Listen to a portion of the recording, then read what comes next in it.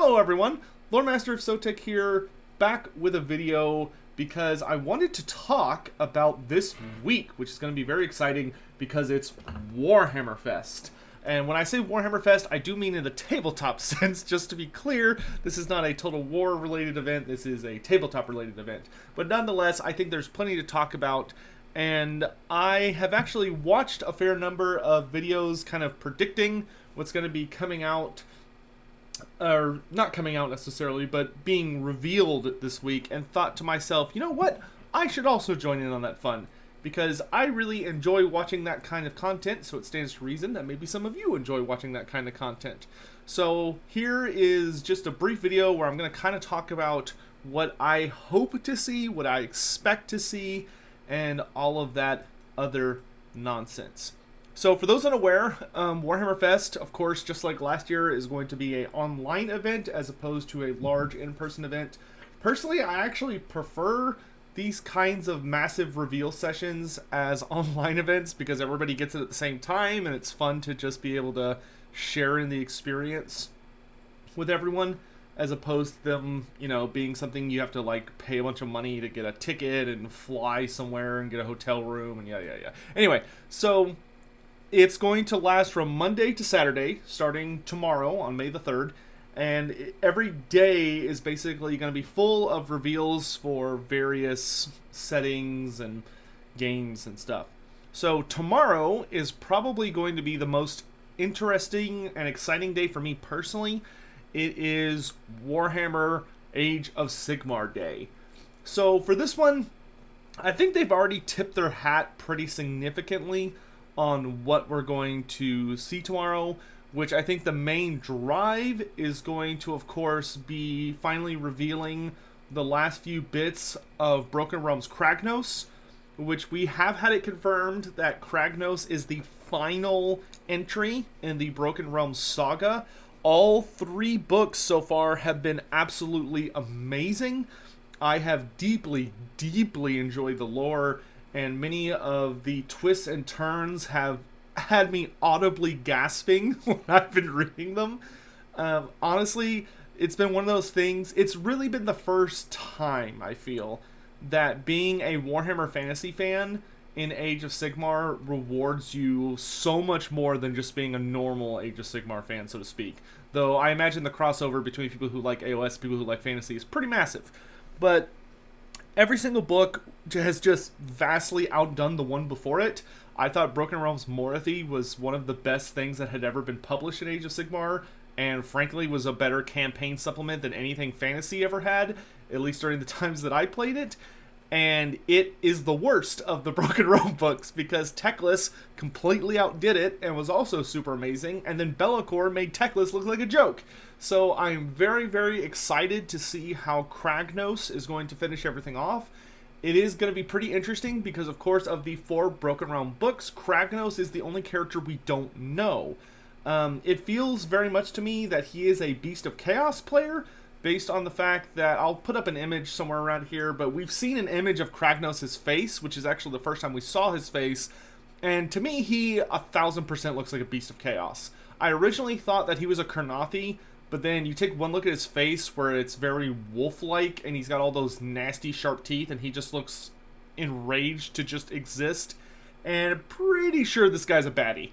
But, especially because it seems that what's going to be the catalyst for him breaking free from his mountain prison is that Be'lakor has unleashed like a miasma of chaos all across the realms that has severed much of the connection of Azir with the mortal realms, which is very negatively affecting the Stormcast. I suspect that Storm of Be'lakor's is probably not going to last terribly long because we know Lord Kroak still has a massive play to make in Broken Realms because his model and rules don't even come out till Kragnos, despite the fact that he played a huge role in Be'lakor. But, you know, I'm glad Lord Kroak is just literally one of the most important Order characters in AOS right now. It's a very good feeling to see Lizardman playing a major role in a massive campaign for the first time in my living memory, at least. It's a good time to be a Lizardman fan. Anyway, so I suspect Monday is going to feature heavily on hopefully revealing Kragnos' model, We have seen him, bits of him in the River Engine, but like we've seen his shield and stuff.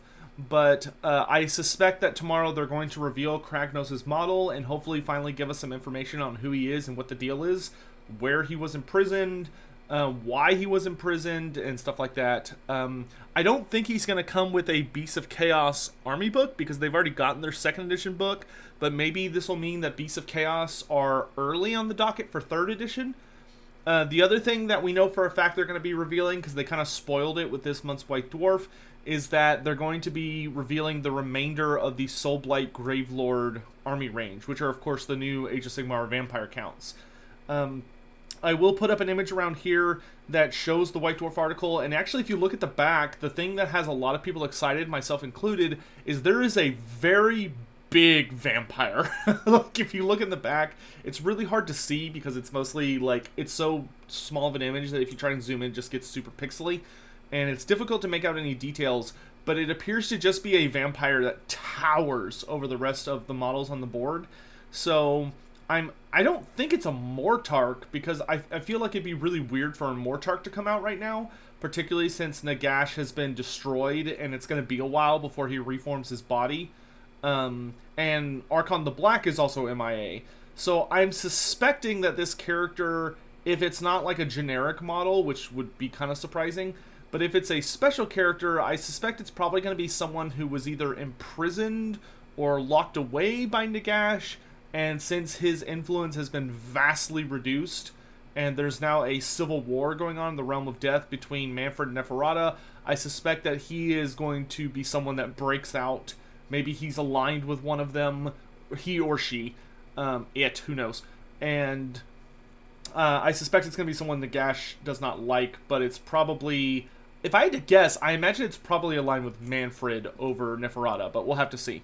In any event, there's also, I think everyone pretty much agrees that we're also going to get the 3rd edition announcement this week.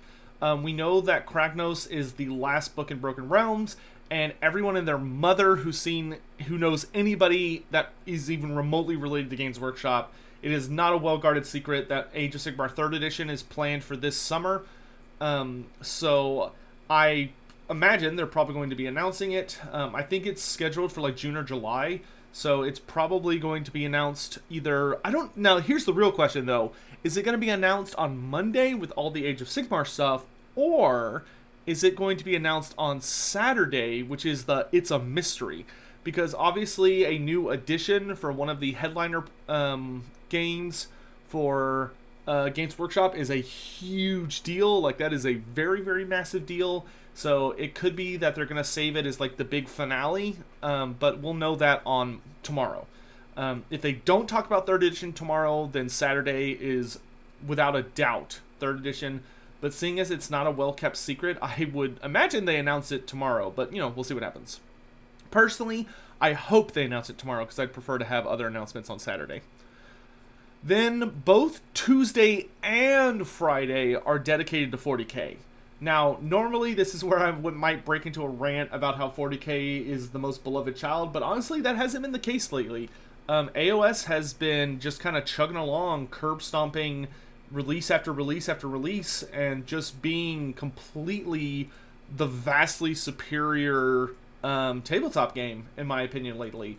Just between the quality of the models, the quality of releases, the fact that they have a moving narrative campaign that works, and it's very entertaining, and it keeps the lore consistent while also moving it forward. It has a lot of shocking reveals and all sorts of very cool stuff. I have not seen 40K pull something like that off in a very long time. So it's been a very good time to be an AOS player, and honestly, I'm kind of tired. Like, I'm almost a little oversaturated with Age of Sigmar releases. I've been literally struggling to spend less than $100 every month on AOS stuff, because there's just been so much good stuff coming out. And of course, Bellicor had practically a back-to-back release with Teclis. So, honestly, after Kragnos and hopefully maybe 3rd edition, or maybe between those two, I could use like a good month or two long break, because my wallet needs it. But Tuesday and Friday will focus heavily on 40K. I don't you know, I don't follow 40K super closely. I follow it probably more closely than people think I do. But I suspect that Tuesday is probably going to be dedicated to the new Orcs release, the Beast Snagas, which are very, very cool looking. I actually know a fair amount of people who play AOS or Fantasy that are very excited for these models because Orc Squig Cavalry just sounds super duper fun, and the Beast Snagas are like they're basically like the Savage Orcs of the 40K universe, which technically is like the Snakebite clan, but these guys aren't Snakebites, they're Beast Snagas, which are like a type of Orc that can be in any Orc clan in 40K, as opposed to just the Snakebite clan. But anyway, I am very, very looking forward to the rest of their model range because I see a lot of conversion potential for them in Fantasy or AOS, and also they just look super cool, and I'm always glad to see the Xenos fans getting some love and attention. We do also know that there is some Sisters of Battle planned because they've been getting a lot of love, and they've already kind of released like a cheat image that's like, oh, you know, there's a Sister of Battle bulletin this week. So I imagine that Tuesday will probably be maybe the Sisters of Battle, and then Orcs on Friday, or vice versa. And then maybe if they're lucky, you know, they still have to release the Mechanicus book, army book. So maybe they'll give an update on that, and probably will reveal whoever the book is coming out after that. But I imagine either Sisters of Battle or Orcs will be the release coming out after the Adeptus Mechanicus, but we'll have to wait and see. Then on Wednesday, we have releases dedicated to Black Library. This will probably be a pretty boring day for me, honestly. Black Library is probably the part of Games Workshop that I like the least now, because just nearly everything they do is 40K, and it's very, very, very rare they release something for Fantasy. And even when they do release something for Fantasy, it can be pretty hit or miss if it's actually good or if it's just kind of a waste of money. Not naming names, but I'm starting to work on some book reviews, and there's at least 2 books I've already read from AOS that I wish I had not wasted my time. So, yeah. Anyway, I know that we had an update that the new Gotrek book, which is Git Slayer, is already supposed to be coming out on pre-order sometime soon. They mentioned that fairly recently. But hopefully during the Wednesday release, we'll get like an official release date on Git Slayer, and maybe there will be some cool AOS releases. Honestly, with how good the Broken Realms series is, I would really like some Black Library books that take place during Broken Realms, as long as they're written by an author that actually understands what happened during Broken Realms, and they don't pull an end times and pull somebody in who had no idea what was going on, and they write a book that doesn't make sense. So hopefully they do a good, respectable job if they do something like that, which I would love to buy and read. In any event, yeah, so Black Library Day, I imagine it's mostly going to revolve around 40K and Horus Heresy and stuff like that, so honestly I don't care. But maybe if we're lucky, there will be some good AOS releases. Then on Thursday the 6th, they just have it listed under boxed games. So this is going to be your, this is going to be Necromunda, Warhammer Underworlds, Warcry. Maybe if we're, the thing I hope for the most, honestly, the thing I think needs to happen the most out of the entire week is that on the 6th, I really, really, really want them to release an announcement that says that Curse City will be getting a second wave that's made to order. I think it's completely idiotic that they have said that Curse City is not going to be like a permanent part of the range. I still feel like that's a mistake, a huge, massive mistake. But if that is the case, still, I hope they at the very least will come out and produce a second wave. Like, do what needs to be done to make a wave so that people who want to get the game but were lied to and misled by Games Workshop have the opportunity to purchase a copy for themselves. This is probably, like, honestly, Curse City has been one of my favorite releases. And it's genuinely, like, makes every single thing they do bittersweet for me. Even when I'm reading, like, a great Broken Realms release or picking up a cool model or something, I look at them like, yeah, this is awesome. And then I remember Curse City happened, and it's like, but Games Workshop is kind of shitty right now. So I really hope they get that figured out, and they at least do a big made-for-order. That's probably my biggest wish for the entire event, but especially on Thursday. It's got to happen. Other than that, I would love to see announcements on some more Warhammer Underworld stuff. we are coming to the end of, I think we're in season 3 on Underworlds, but there's still a couple of warbands that they kind of teased us about, but we haven't gotten to see, most notably the Eineth Deepkin warband, which I think is actually going to be really cool looking. So hopefully we'll get a teaser or get to see the Eineth Deepkin warband, and then maybe we'll get some kind of new thing for Warcry. Warcry is a great game, but I think it's at its best when they introduce brand new warbands that are using models or races that we've never seen before, as opposed to just like telling you, oh, you can take the models you already have and play the game. Like, that's great, but like, you know, that's not much of an incentive to really buy anything for the game. Then on Friday, we talked about more 40k stuff, and then Saturday, it's a mystery. And I think Saturday is going to be one of 4 things. Option A, it's going to be AOS 3rd Edition, which I would be okay with, but I feel like that'd be kind of a lame like mystery because it's not really a mystery. Everyone knows it's coming. Option 2, which is something that... I said A and then 2. Option B is that there's a good chance... I've heard that Forge World's website has a pretty high chance of being moved, because it sounds like they may be shifting a lot of their products to be made in plastic, and kind of like we've seen, there have been times where the Games Workshop website will have like new tabs that then vanish later when they're doing like updates on the website. I believe these have included like a Horus Heresy tab and a Warhammer Forge tab. So presumably this might be related to that, where they're like, hey, we're re-releasing all the Horus Heresy models in plastic, or we're like moving the Forge World website onto the Games Workshop website. And that, you know, that would be good fun and great. I don't think that would be a bad thing, even though it wouldn't necessarily be anything like super new. Just knowing that Forge World products would be made out of plastic going forward would be a huge relief, I think, to almost everyone. Option C is that it may be the announcement, the official announcement of where Games Workshop is going to be putting all their new animations. They've got like at least 5 40k like TV show animations that they're working on that have been in the works for a while now, and it seems like they're getting close to being ready to release, but we still don't know where they're going, whether it's like Netflix or something that Games Workshop owns, which I feel like is a more likely case. I've actually seen it said by Valrak, who, of course, I just actually found out that he got in an accident, and he seems to be okay, but suffered some broken bones at the very least. So Valrak, I hope you make a good recovery, my dude, and everyone please give good vibes for him. But it could be that maybe Warhammer Forge is the animation part of the website, but, you know, we'll have to wait and see what that's about.